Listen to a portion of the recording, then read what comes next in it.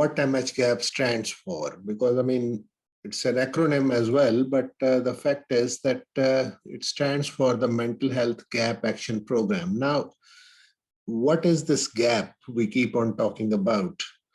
Now, the first thing I think we need to understand is that mental health is broader, and I'm sure all of you are aware of that, is broader than a set of disorders, which generally people conceive as mental health. It is about basically who we are. Without mental health, the way we think, the way we perceive, the way we can communicate, our feelings and so on, and how we sort of interact with ourselves and with the environment around us, that is what mental health is all about. And that is going to determine not only what we become personally, but how we contribute to the communities around us and to our nation. So mental health, we keep on saying that, yes, it's an integral part of health. And there is no health without mental health. And I'm sure all of you have heard these slogans. But for me, it's more than that. It is without mental health, there is no peace and there is no development. So I think that is the framework which we should be aiming for when we talk about mental health program or setting up mental health programs in any country. That we should be able to convince and communicate to our policymakers that mental health is not an expense, mental health is an investment. And it's a resource going forward. And why is it important for a country like Pakistan? There are a number of reasons. The first one obviously is that it's a very common problem with mental health. There is a very common problem. For example, if you just look at your epidemiology, broadly 1 in 10 people would have a mental health problem at any given time. But majority of these mental health problems in adults start before 19 years of age, as much as 75% of them. So that is relevant to Pakistan, given the fact that if you look at the population pyramid of Pakistan, almost more than a third of the people of our nation are under 19 years of age. So we are a very young nation. And if we do not invest in the mental health of these people now, we would end up with the major issues later on. And secondly, we are also seeing that gradually, as our profile changes and life expectancy keeps on increasing, the proportion of people at the other end of the spectrum beyond 65 years of age is also on the rise. So we are being squeezed on both sides, that given the high fertility rates, we have a very large proportion of people at the young end of the spectrum. And with increasing life expectancy, we are seeing increasing number of people on the other end of the spectrum as well. So we also have to start thinking of what should be done for people who are beyond 65 years of age. Have we set up services for them, not only in the health sector, but also for social care sector and so on. So that is one aspect, the epidemiological argument you can make that why mental health is important. The second is that it is not just, we keep on talking about disability. Yes, mental health problems contribute to disability, and they are the single largest cause of disability worldwide. About a third of the total disability adjusted life years lost, people living with disability are because of mental health problems, with depression being the largest. But the fact is that they also contribute to mortality. And that is an argument which people often tend to forget. I'm sure people will talk about suicide and it's one of the topics which is going to be covered subsequently anyway. But besides suicide, we also need to remember that people with mental health issues are more likely to have other chronic conditions, be they heart problems, cardiac problems, be they diabetes, and so on, but also they are more likely to be engaged in the factors which are risk factors for these NCDs, like smoking, unhealthy diet, poor physical activity or inadequate physical activity, and consequently being overweight or obese and having conditions like hypertension and so on. Now, why is that important? Because that would mean that they are at a higher risk of dying of these non-communicable diseases. And if you look at some of the figures, you would see that people with mental health problems tend to die of 10 to 20 years earlier than the population without mental health problems with similar NCD profile. Not only NCDs, but also communicable diseases.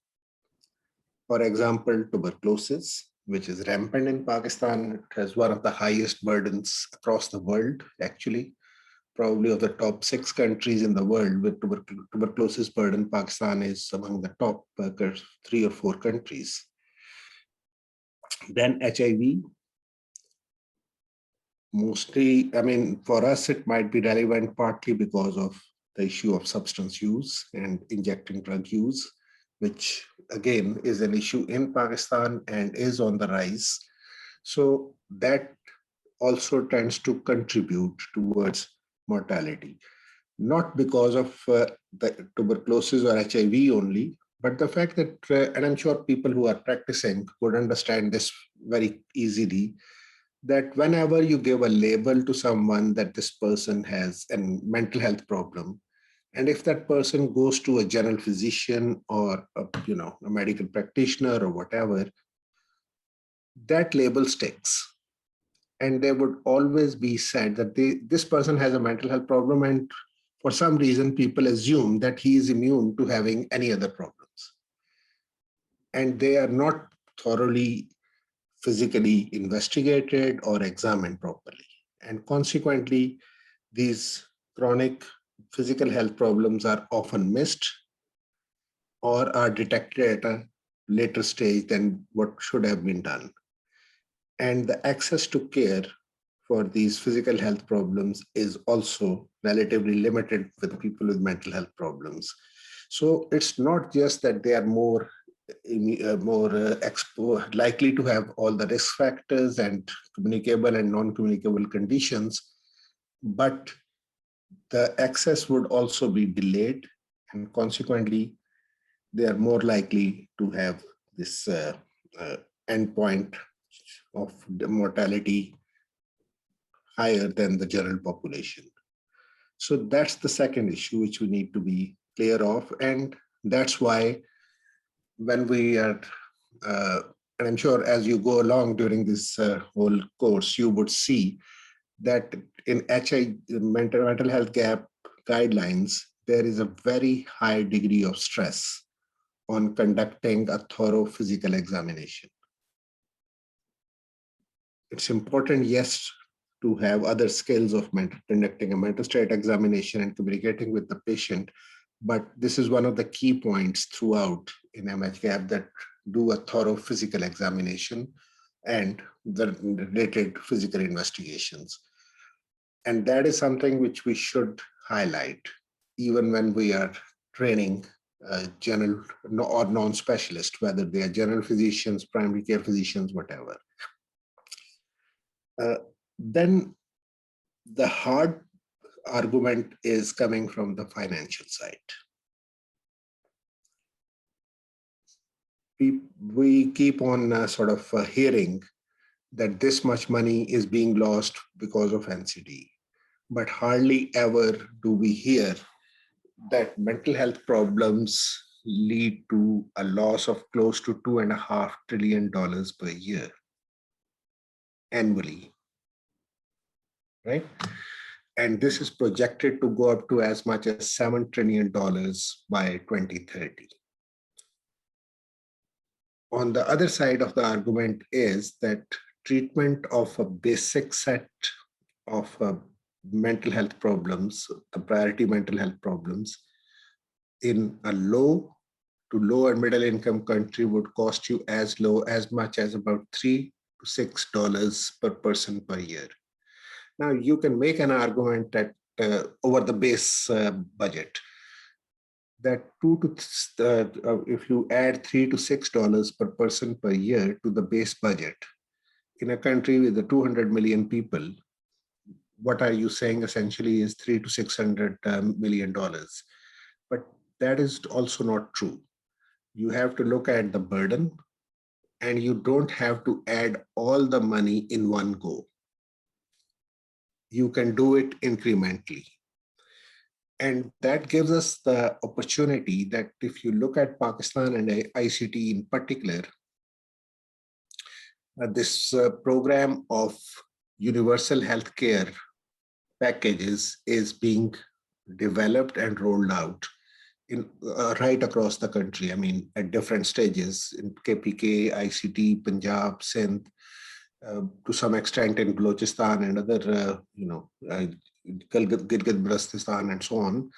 So we have this opportunity now to make sure that mental health interventions for priority disorders are part and parcel of this universal healthcare package.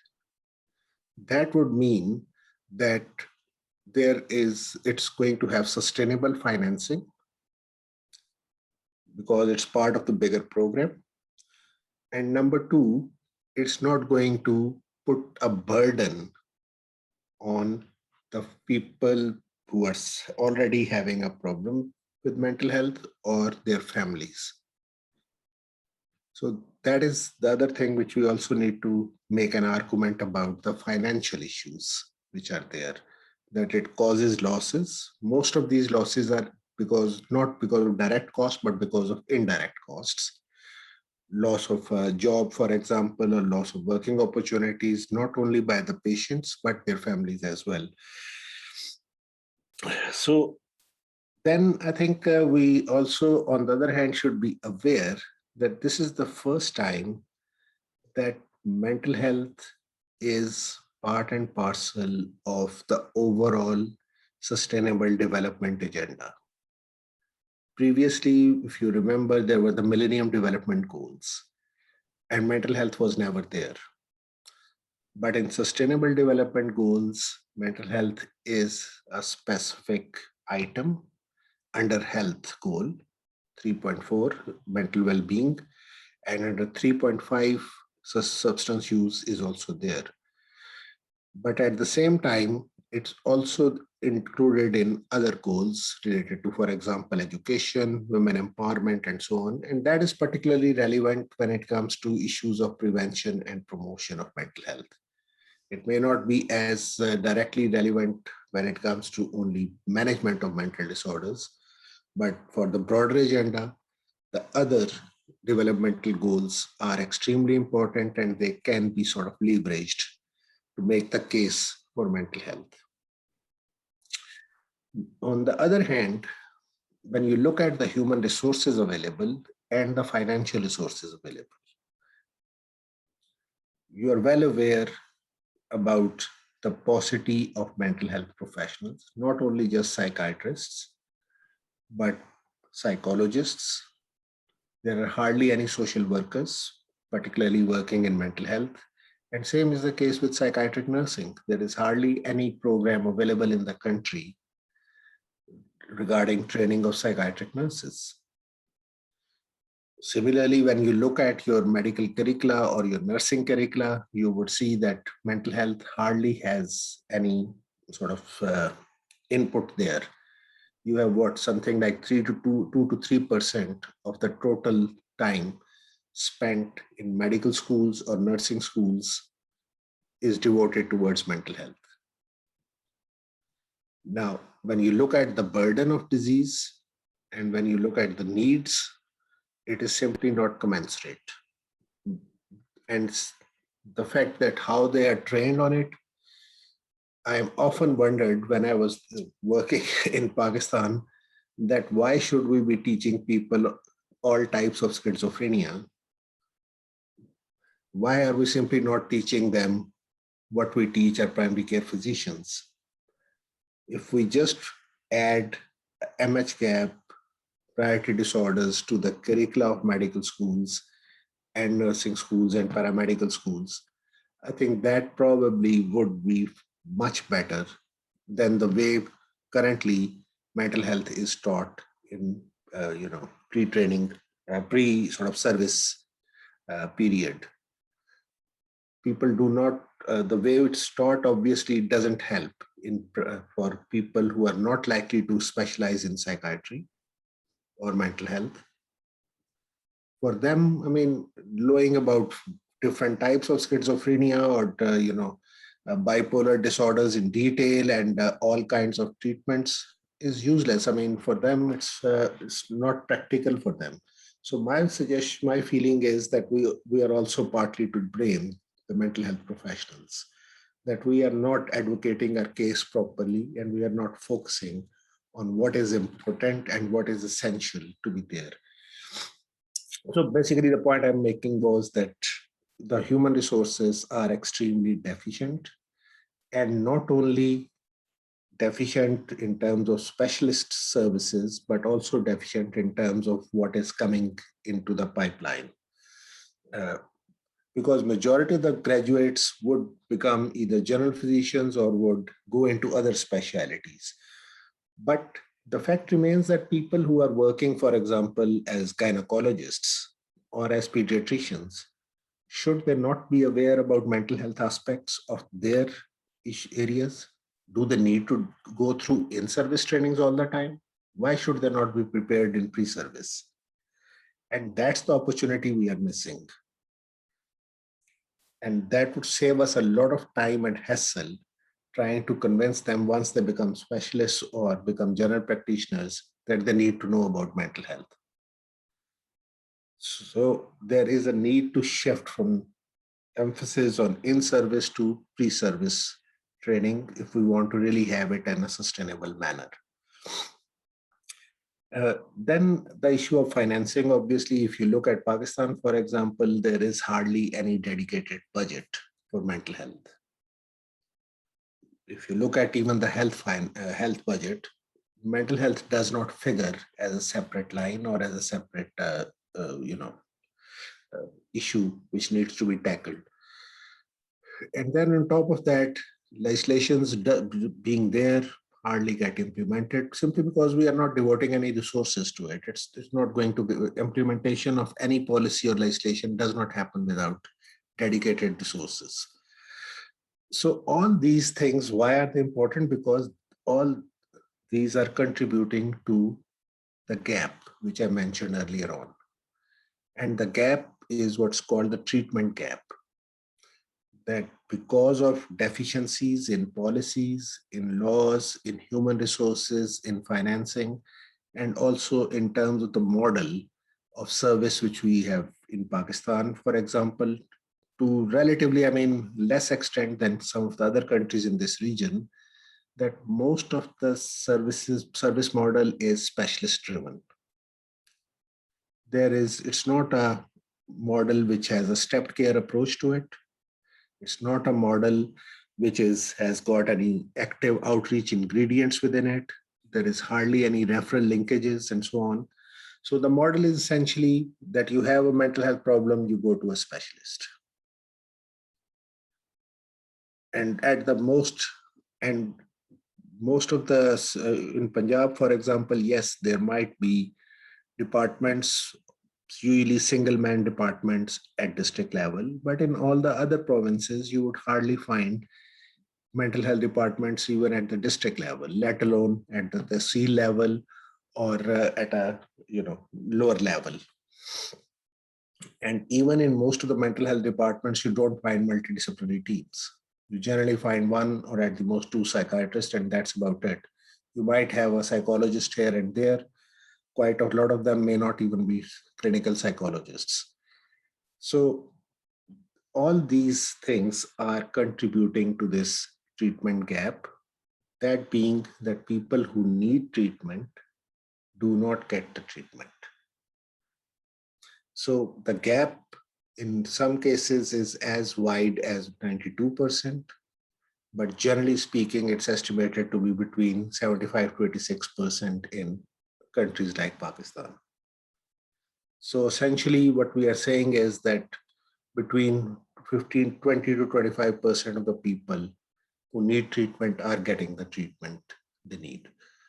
Now, if we continue to follow the approach we have, that we are focusing on specialists, this is never going to fill the gap. This is extremely unlikely to help in the longer run.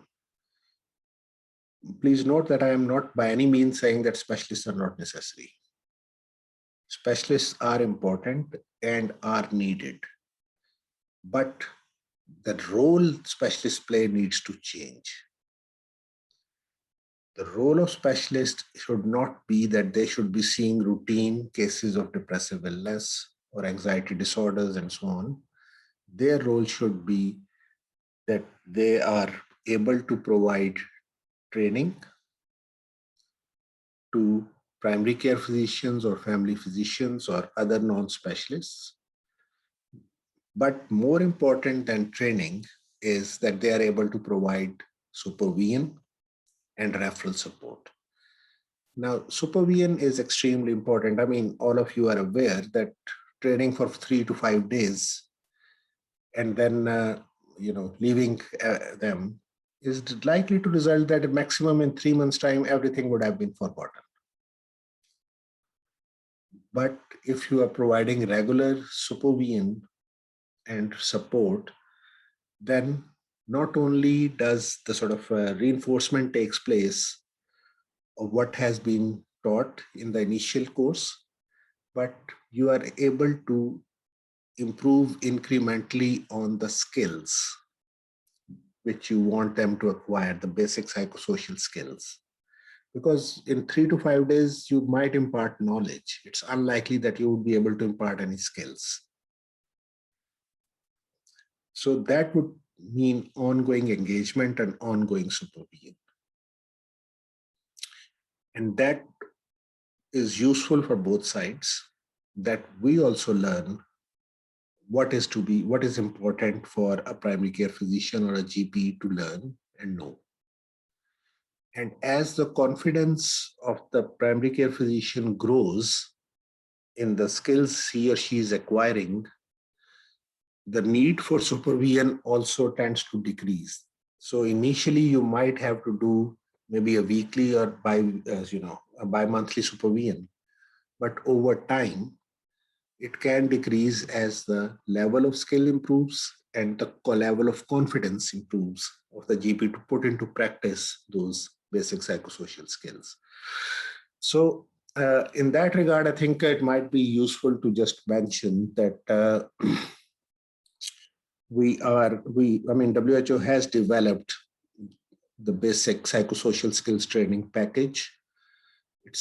We are converting it into an online course, and I'll be sharing probably on Sunday with you, or some of you who are there on the mailing list, the initial basic training course. It would be substantiated by a more elaborate online training course, probably by early next year.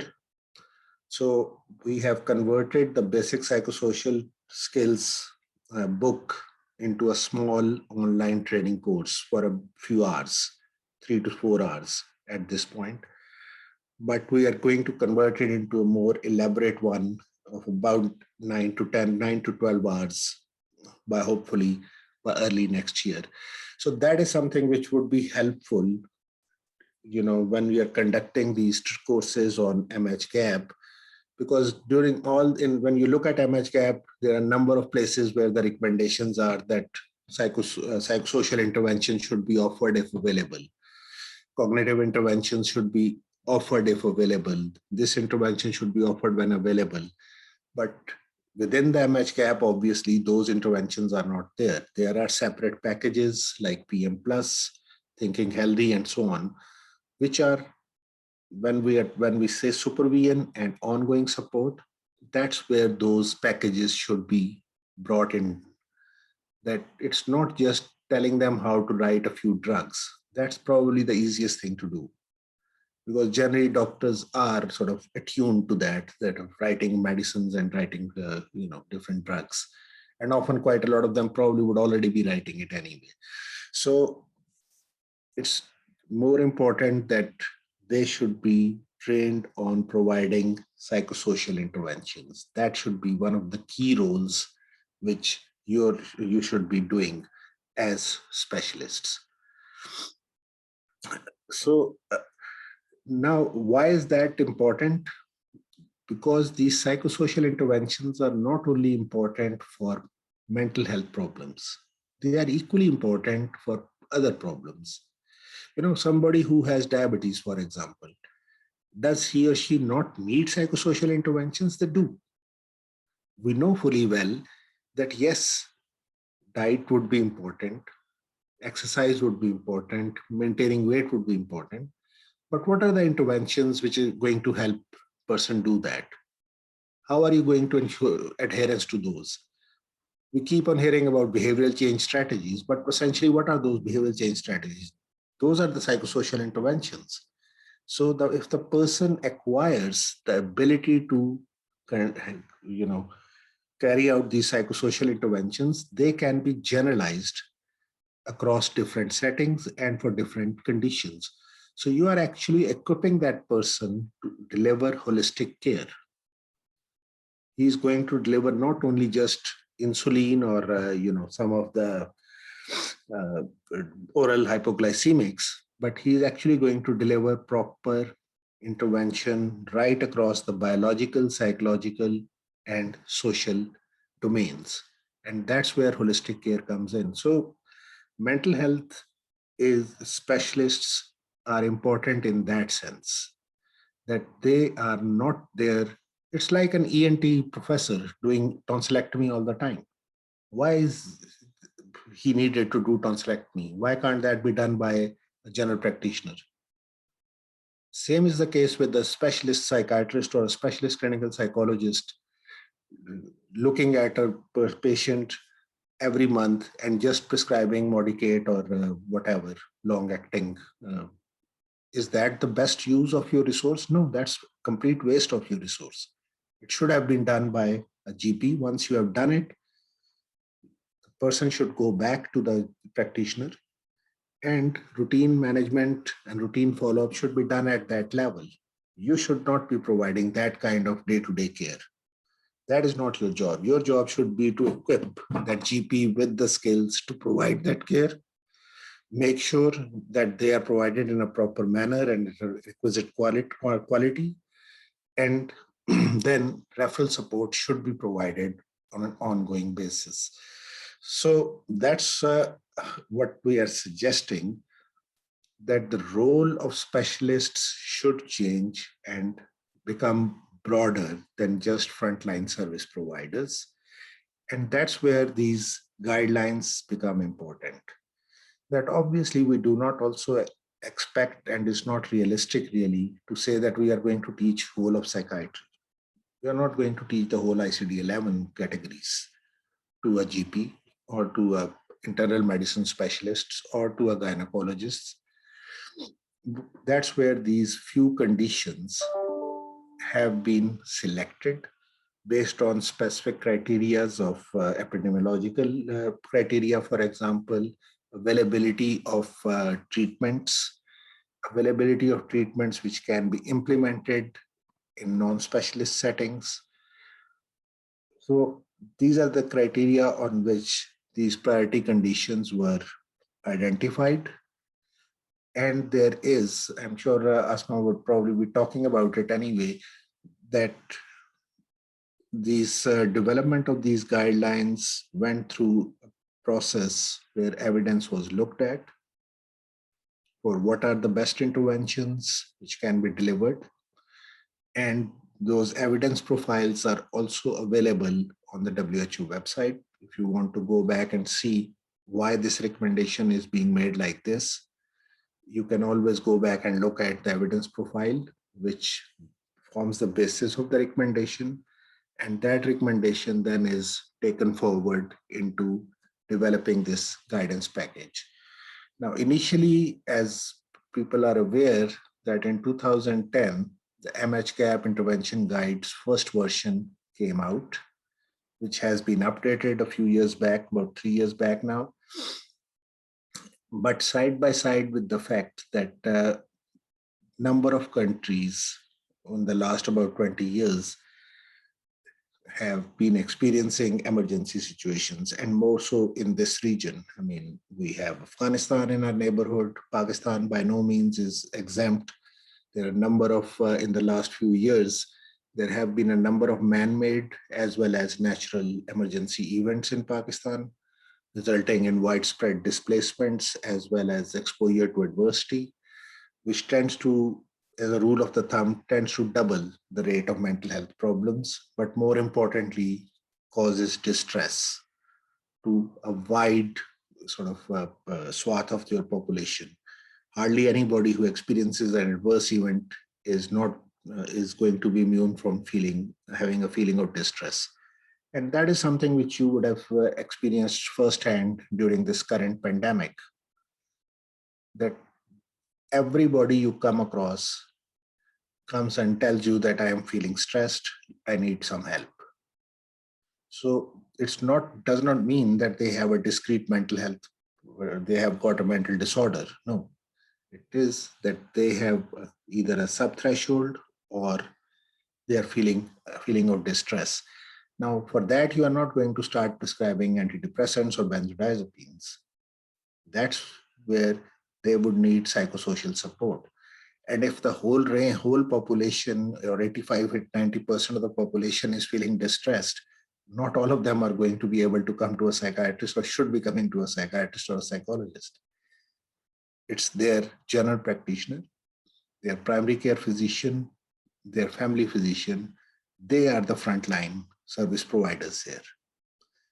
And your job is to equip them with providing that care, being able to identify that this person is suffering from a mental health problem. That's extremely important. That the person should have the ability to identify that this person has a mental health problem or not, and identify the appropriate intervention which needs to be put into place.